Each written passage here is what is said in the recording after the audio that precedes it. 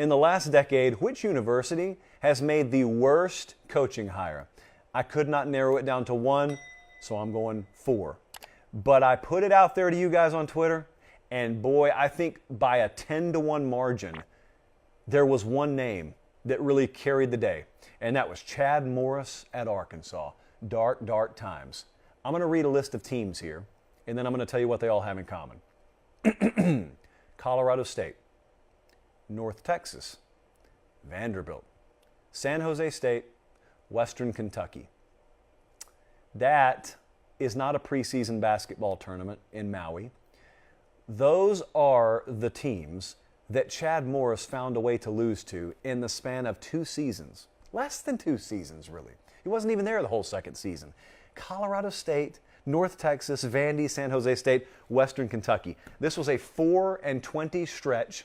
This was, again, a dark, dark time in the annals of Razorback football history. It's something they've tried to forget. However, got to give them credit. I think a lot of them, if you're sitting there in Fort Smith tonight and you're watching, and I know you are, if I were to ask you, would you change the past given what you have now? I don't think they would, given what they have now. It's easy to say now that you've got the benefit of hindsight and you know that going through that led you to Sam Pittman, which leads you to what you're going to put on the field this year and beyond.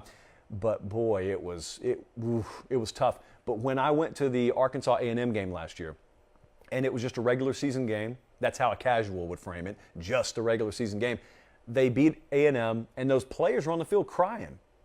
It wouldn't have made sense to a casual, but when you realized that a lot of those seniors had been around for Colorado State, North Texas, Vandy, San Jose State, and Western Kentucky, and all of a sudden they're beating ranked teams, all of a sudden they're beating teams they had no business even competing against a couple of years ago, then you realize the origins of those tiers.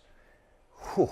Yeah, so it was a clear win, if you want to call it that, for Chad Morris. Next up, not too far behind, Willie Taggart at Florida State.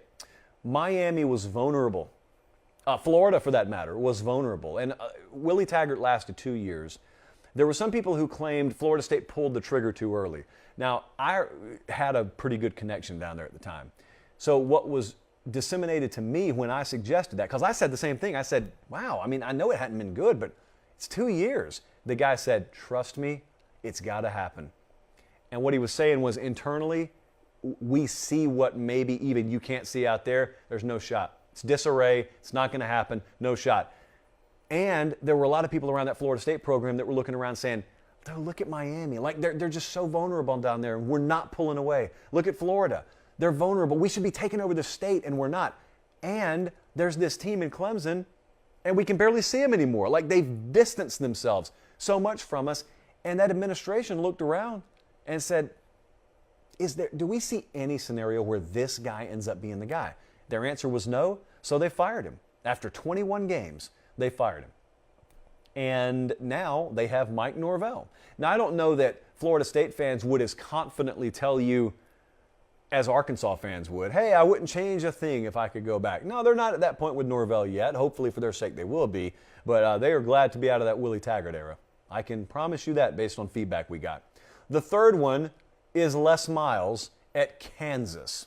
This is one that on the very, very, very tippy-top surface looked like a home run hire when Jeff Long pulled the trigger there.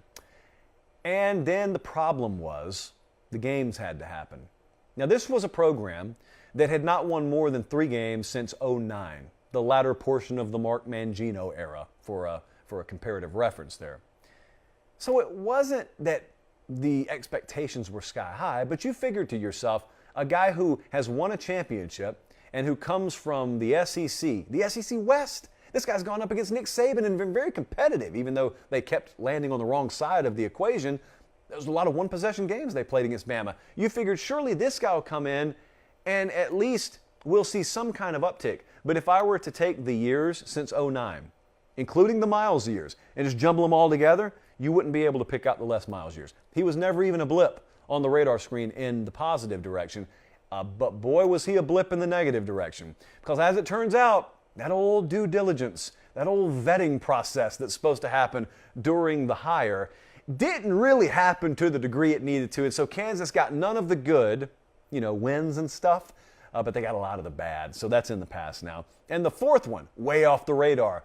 But boy, once this one was brought up to me, I had to go back and do a little review. Where were you in 2011?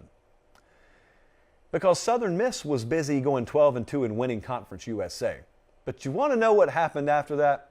What happened after that is head coach gets hired away, and therefore you got to make a replacement hire. And so they went with Ellis Johnson at Southern Miss. And I don't, to this day, know how this is possible, but Southern Miss went from 12-2, winning Conference USA, to 0-12 over the span of one calendar year. It was abysmal. They would argue in Hattiesburg they still haven't recovered. They had, I think, I wrote it down, they had one 9-win season under Monk, and they had an 8-win season under Hobson. They really have not gotten back to the heights that they were they were at right before Ellis Johnson got there. 12-2 to 0-12. That's tough to do. That is tough to pull off, but they pulled it off. 18 straight winning seasons before that, and then all of a sudden, a goose egg. Just ghosted them entirely, not a single win. So the under did hit that year. Those were the four: Chad Morris, Willie Taggart, Les Miles, Ellis Johnson. The runaway winners, as it turns out, in that little derby.